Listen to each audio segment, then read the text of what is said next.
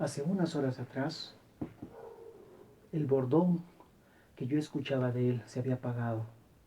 El sonido de su instrumento se había vuelto parda, porque se le había roto la cuerda de su guitarra. Como la muerte que te arranca en un solo bordón la vida hecho canción. Para mi amigo Nicolás Guevara.